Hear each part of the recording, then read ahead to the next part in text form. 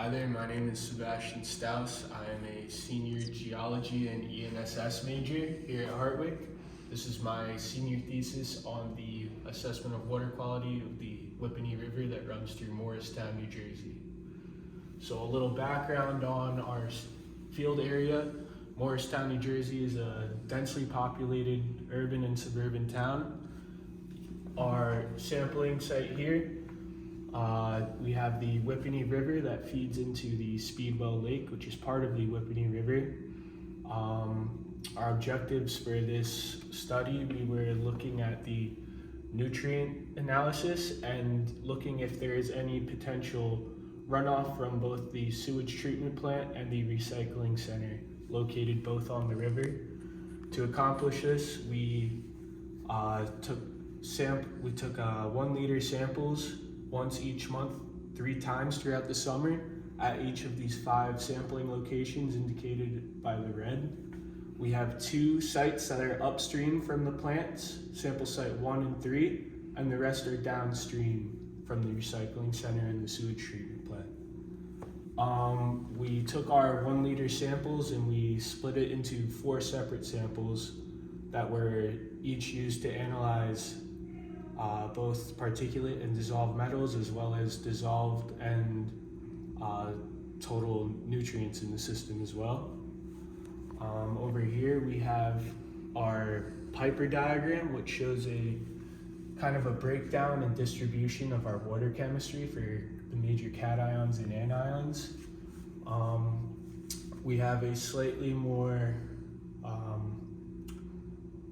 bicarbonate and chloride rich water for our anions, and a slightly more sodium rich water, but you could say it's all generally mixed and there isn't too much leaning in one particular direction.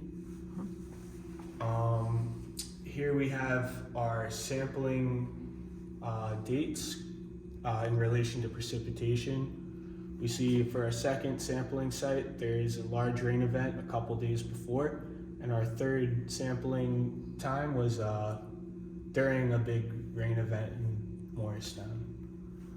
Over here we have our layout of pH, ranging from around a 7.2.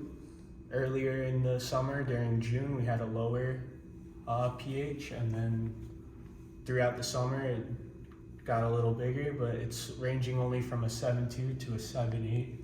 And with this, we have kind of a pH that wouldn't really be suitable for some of our target metals that we are testing for in copper, lead, and cadmium here. And we can see the difference between the unfiltered, which has our particulate metal or total metals, both the particulate and dissolved, and our filtered, which would have our dissolved metals. All of the testing was kind of insignificant, and we didn't have too many metals. Over here we have some of our other metals that we tested for, plotted with turbidity and the concentration here. We see for iron and red, we have a nice correlation near at a 0.94 for our R-squared value. This shows that during times of high turbidity, that's where we have the most iron entering the river. And for our other metals, aluminum was not too significant. It's at a 0.75. That's manganese, I'm sorry. Then aluminum we have in green here, and there is little to no correlation with turbidity. We had generally low values for that.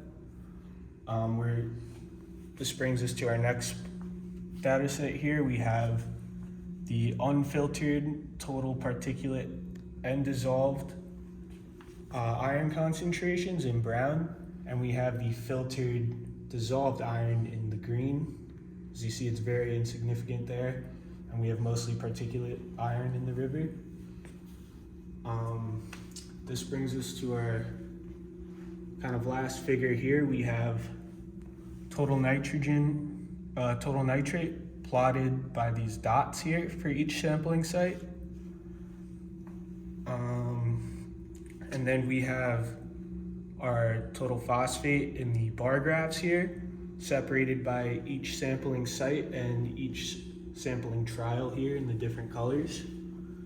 So the EPA limit for nitrate is the 10 milligrams per liter right here. So we see that we do have kind of a nitrification pollution here, very slight above the 10. And for phosphate, we see that there is a slight spike in our third sampling trial here for sites 2 and 1 here.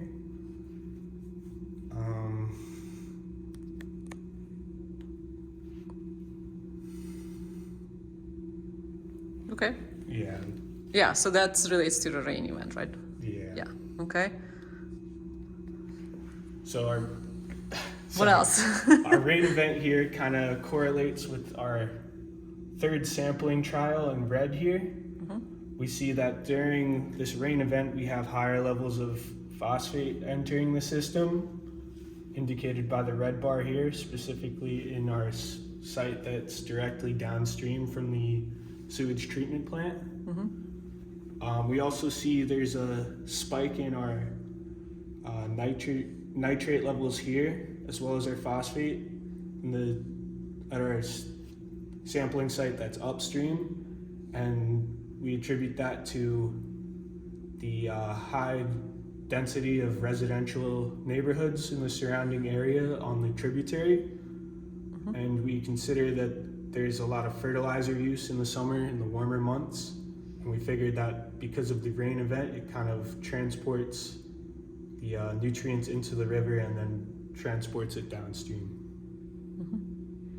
So that most likely causing that eutrophication. Yes. Right? Okay.